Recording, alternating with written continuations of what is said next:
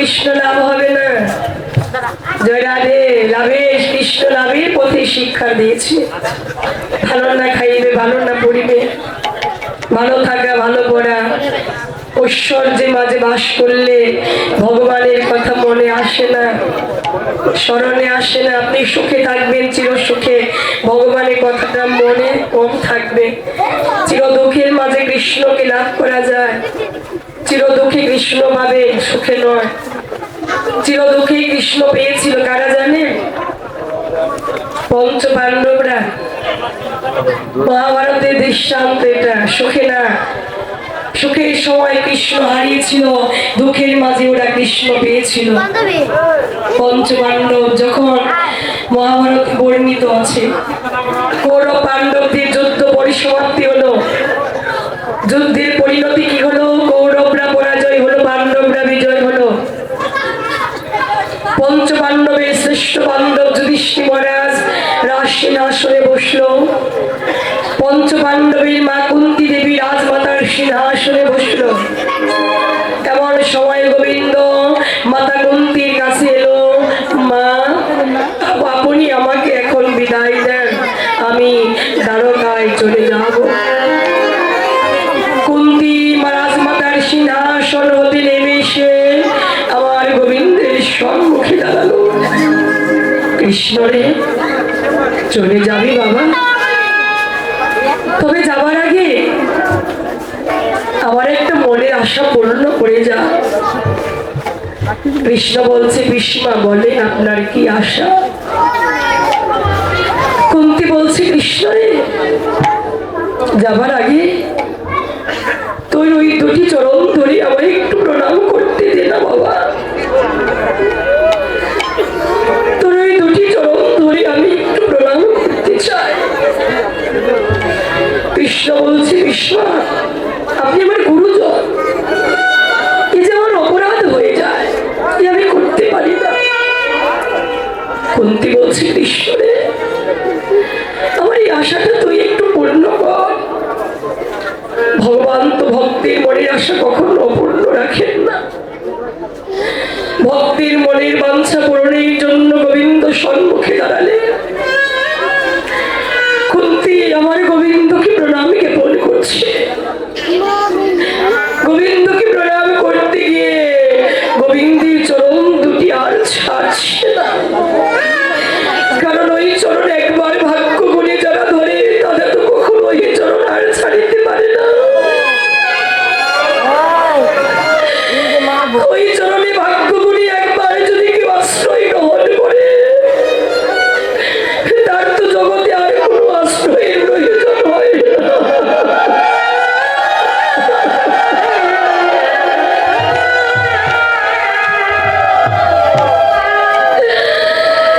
গোবিন্দ বলছে, বিষ্ণু আপনি আমার চরণ ছেড়ে দেন। ছাড়ছে না চরণ দুটি।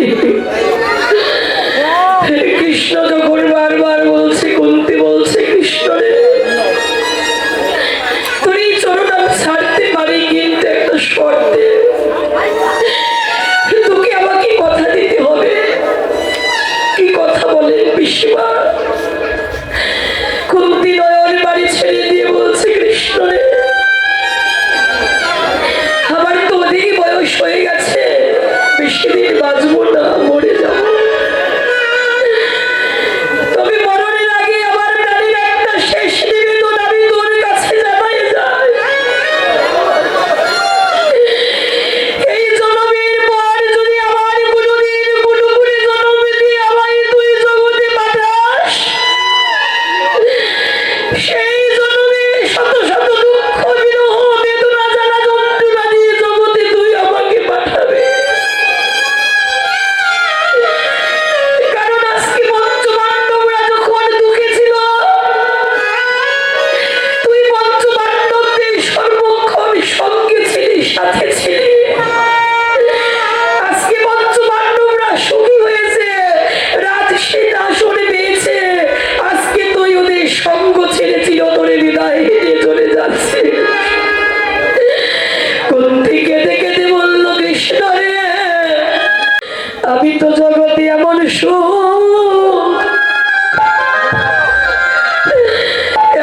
সুখ চাই না কৃষ্ণ,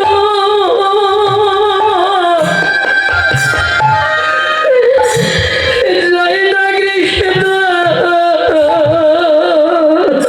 আমি এমন সুখ জগতে আমার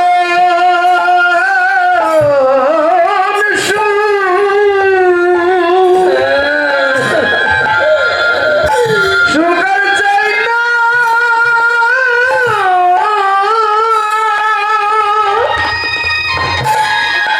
চাই না কৃষ্ণ, চাই না কৃষ্ণ,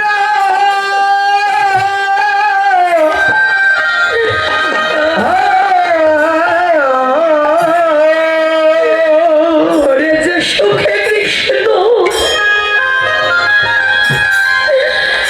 ওরে যে সুখে কৃষ্ণ,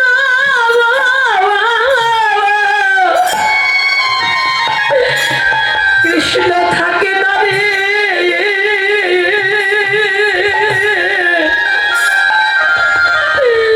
আমি তো এমন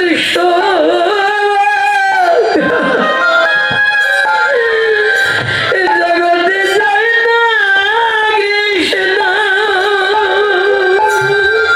যে সুখে কৃষ্ণ,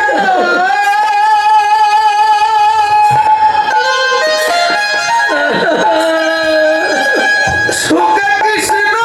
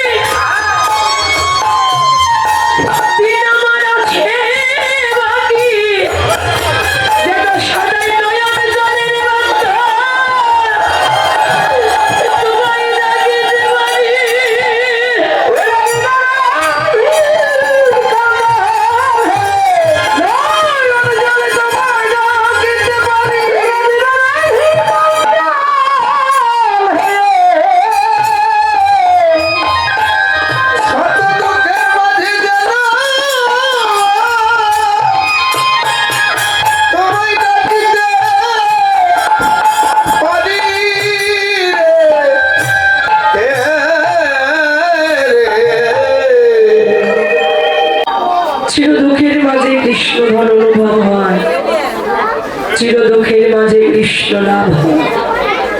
এই কারণে মহাপ্রভুর শিক্ষা ভালো থাকা, ভালো পড়া, ভালো খাওয়া, এগুলো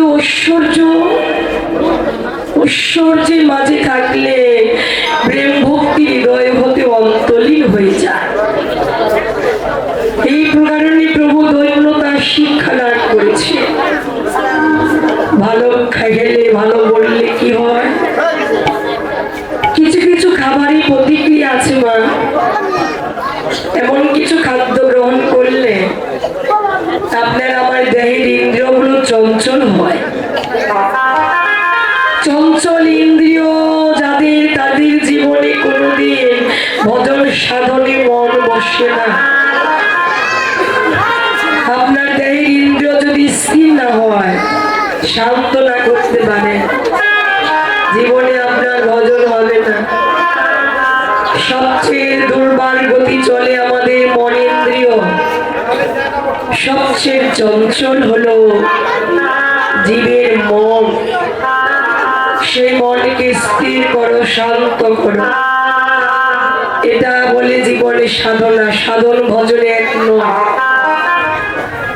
রাধে, সাধনা কি, ভজনা কি? সাধনা হলো জয় করার নাম।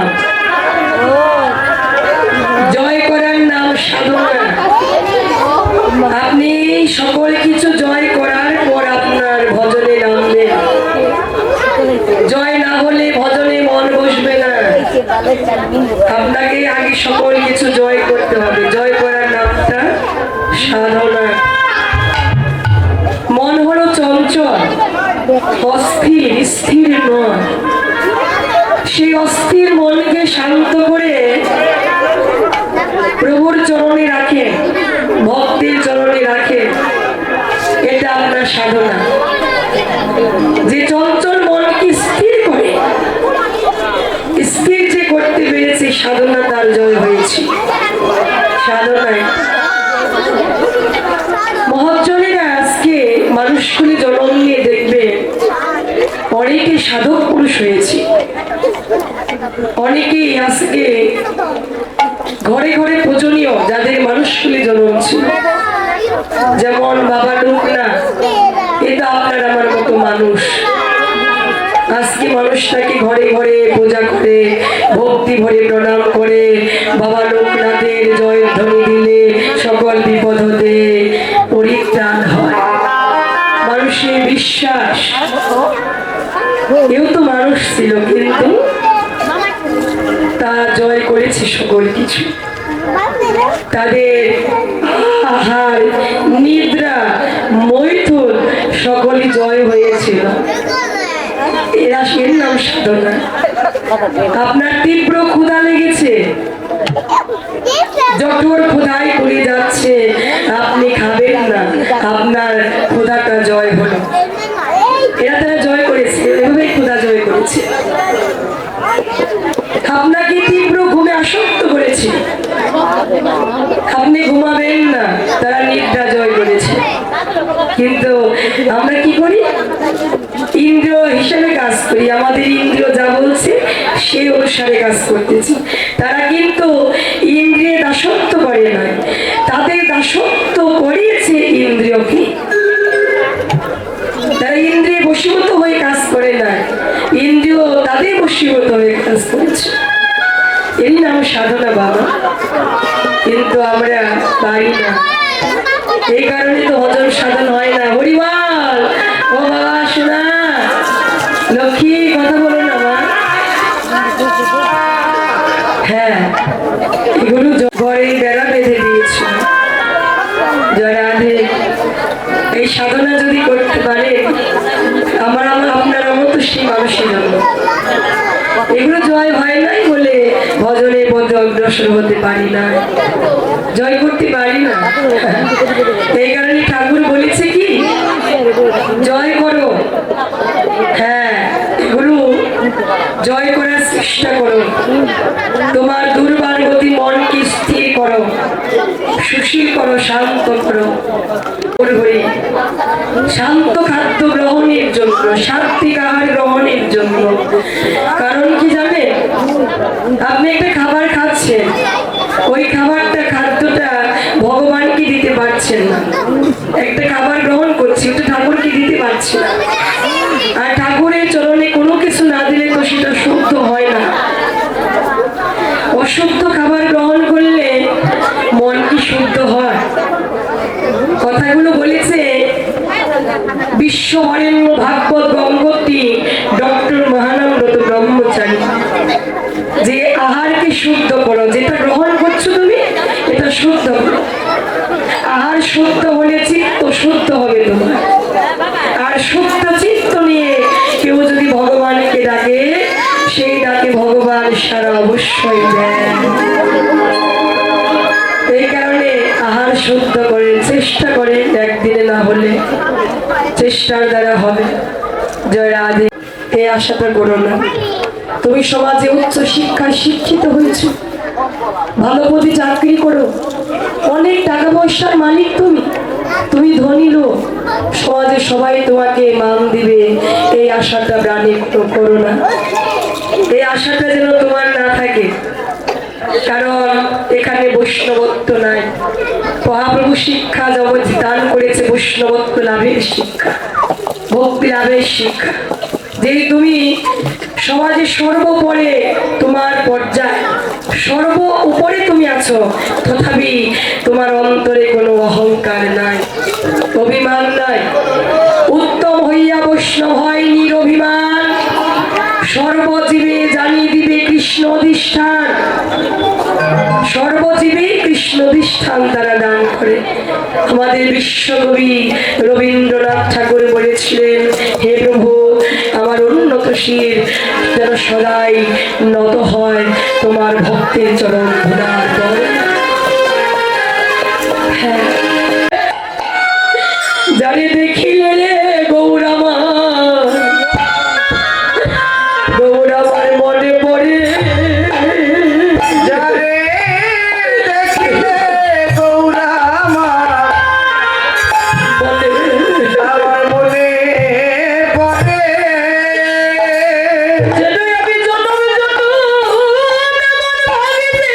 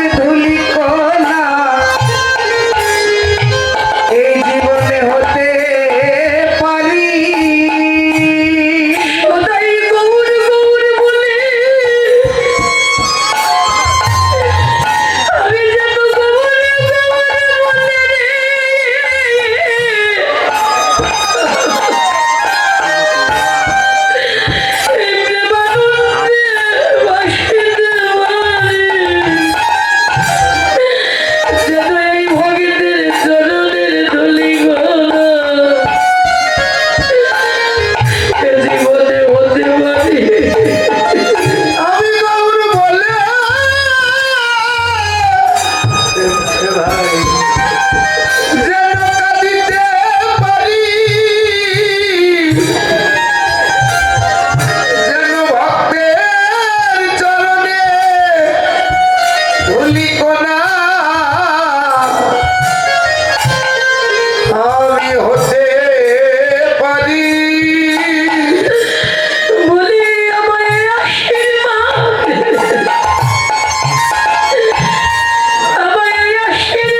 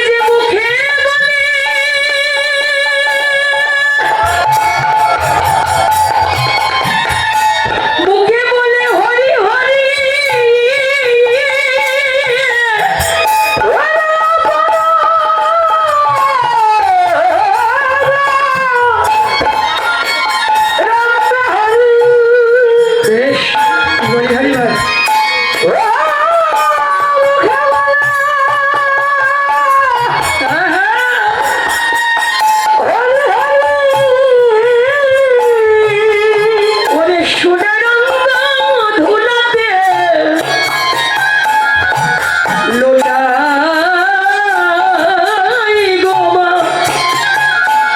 তোমার নিমায় তার সোনার অঙ্গ ধোলাতে লোটায় ওরে সোনার ধুলা দিল লুটাইবা সোনার ধুলাতে লুটাই নিজেই হরি বলে ধোলাই গড়ি দিয়েছে নিজে নিজে হরি বলে ধুলাই গলি দিয়েছে তোমাকে কেউ তো ধুলি দেখে দেয়নি বদনে বল হরি বল ধোলাই গড়ি দিয়েছে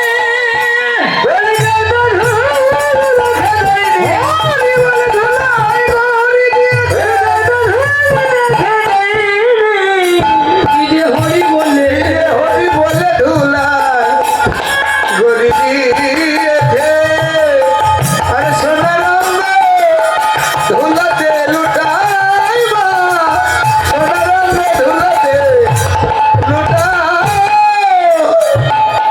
কেশব দাস বলছে মা কেউ তো রেখে দেয় যখন সকল ভক্তনী নামের খেলায় নিমগ্ন ছিল নিজেই বদনে হরিবল বলিতে বলিতে ধুলায় গড়ি গিয়ে কেঁদেছিল কেশব দাস নিবেদন করলো মা যাকে তুমি ধুলি বলে সম্বোধন করলে গো ও তো ধুলি নয় গো মা বড় সাধনার আরাধ্য ধন যা প্রাপ্তির জন্য দেবতারা জনম জনম সাধনা করে দেবতারা বাঞ্ছা করে আমি যদি ওই ব্রজের ধুলি লাভ করতে পারতাম গড়ি দিতে পারতাম তবে জনম আমার ধন্য হতো দেবতাদেরও বাঞ্ছা এই ব্রজের ধুলি প্রাপ্তির জন্য কারণ ব্রজের ধুলিতে অপার কৃপা আপনি ব্রজের ধুলি বৃন্দাবনী ধুলি যত কায়মন চিত্তে অভিমান বলে মাখিতে পারবেন তত ভগবানের কৃপা লাভ হবে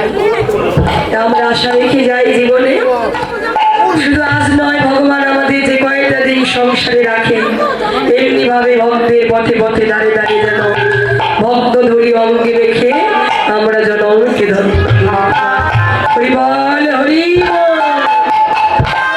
এবার বৃন্দাবন নিরাসনে সবাই ধন্য হয়ে যার যার গুরু বলো হে জয় জয় রাধা কৃষ্ণ বৃন্দাবনে। হরি হরি হরি